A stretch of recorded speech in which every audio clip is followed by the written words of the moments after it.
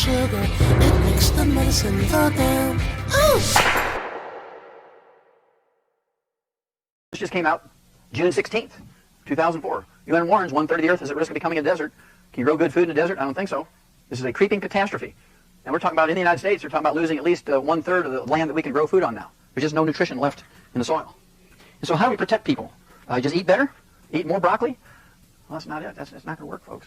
The only way you can make sure you're getting all these nutrients is to consciously put them in your mouth. You have to supplement. And looking around, sure enough, I found a guy by the name of Clive McKay, and he did his research back in the 1920s, and geneticists like to claim him, but he was just a physiologist. He published his landmark papers in 1935, and basically what he did was take 3 groups of rats and gave them the same basic rat pellet of the day from the 1920s, which is quite a remarkable step, because research rats before this rat pellet would only live maybe 6 to 10 months after weaning, when they just feed them rolled oats and carrots and things like that.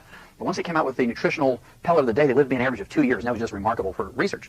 Well, he was the only guy at that time who was tinkering around with macronutrients, proteins, fats, and carbohydrates to see what you could do to make the animals live longer. And in group number 2, he gave the same basic pellet as group number 1, but he cut the carbohydrate calories by 30%, kept the vitamins and minerals the same, and they lived 50% longer than group number 1. Got kind of excited about that. So group number 3, he cut the carbohydrates by 60% from group number 1, kept the vitamins and minerals the same, and they lived twice as long. And they thought they had the answer. Well, it wasn't quite that simple. When they redid the studies in pigs and dogs and monkeys and spiders and all kinds of bugs and birds and things, they found out that the secret was that he kept the vitamins and minerals the same. And the secret to this longevity by tinkering with the food is that you want to have a high level of vitamins and minerals per carbohydrate calorie. That's one of the reasons why low-carb diets are good for you, why they work to help you lose weight but also live longer. Even though people aren't supplementing, they have a modest amount of vitamins and minerals in their diet. If they cut the carbohydrates, that means your concentration of vitamins and minerals per carbohydrate calorie is going up.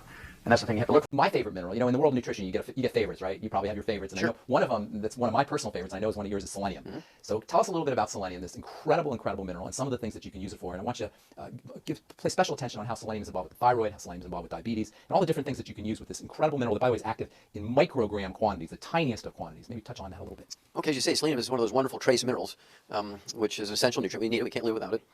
And it has many functions. It's a structural mineral when it comes to chromosomes, right? Epigenetics, we'll get into that, right? But it's a structural piece in the actual normal double helix. Is it one of the fingers that you were talking about? It's one of the metallic fingers that keeps this double helix of the chromosome in the proper distance of each other. There's a little strut there. In the middle of these struts, there's all these different minerals, and selenium is one of them. Wow. So the helix itself is an incredibly organized structure, and every little component of it is key. The distance that the nucleotides are from each other, all that is tightly regulated, and minerals like selenium are involved in making sure that the structure stays intact. That's what the fingers are. Exactly. And when you have a deficiency of selenium, many things happen. In the biochemical level, you can't recycle glutathione, which is one of the most potent antioxidants made by the body. The most, maybe. Mm-hmm. And it's used to protect you from cancer and fend off inflammation in your arteries so you don't get clogged arteries, that kind of stuff. But if you don't have enough selenium, you use one molecule of glutathione and it sort of deactivates. But when you have selenium, you can recycle that one molecule of glutathione 1,000 times. That's awesome. That's very awesome. And then it protects your brain from MS. When you have MS, you have a terrible, terrible selenium deficiency because it allows the free radical damage to the myelin, the white matter of the brain again, and you get these lesions in the brain about the size of a lima bean that cause MS. So supplementing with selenium to prevent or reverse MS. Wow. Along with the 90 essential nutrients, can't buy it not by itself. That's right. So 200 micrograms, 400 micrograms? Well, I like to be a little heavy-handed. 600? I like to be a little heavy-handed. 800? A milligram, yeah. A milligram? 1,000 micrograms. Okay. When you have these diseases, you need to use a bigger hammer, right? Okay. HIV. You can prevent HIV from mutating to AIDS by supplementing with selenium. Wow. 1 milligram a day.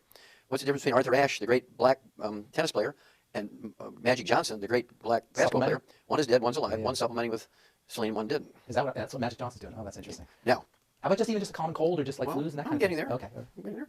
That's very good. You're on top of it. Right. One of the things they actually discovered, Dr. Gerhard Schrauser, a grand man, he's the guy who discovered that selenium is an essential nutrient back in 1957. They didn't consider it essential then. No, they considered it poison. Exactly. Right. Thought it was a poison. Even medical doctors today still think it's a poison. Yeah.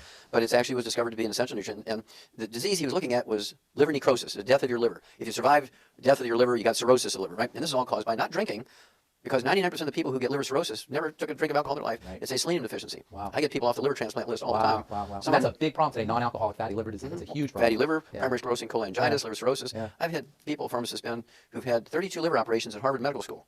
Their livers are the size of an Oreo cookie, and I rebuild them in 2 months to a normal liver, just using the 90 essential nutrients and extra selenium. Right. Okay?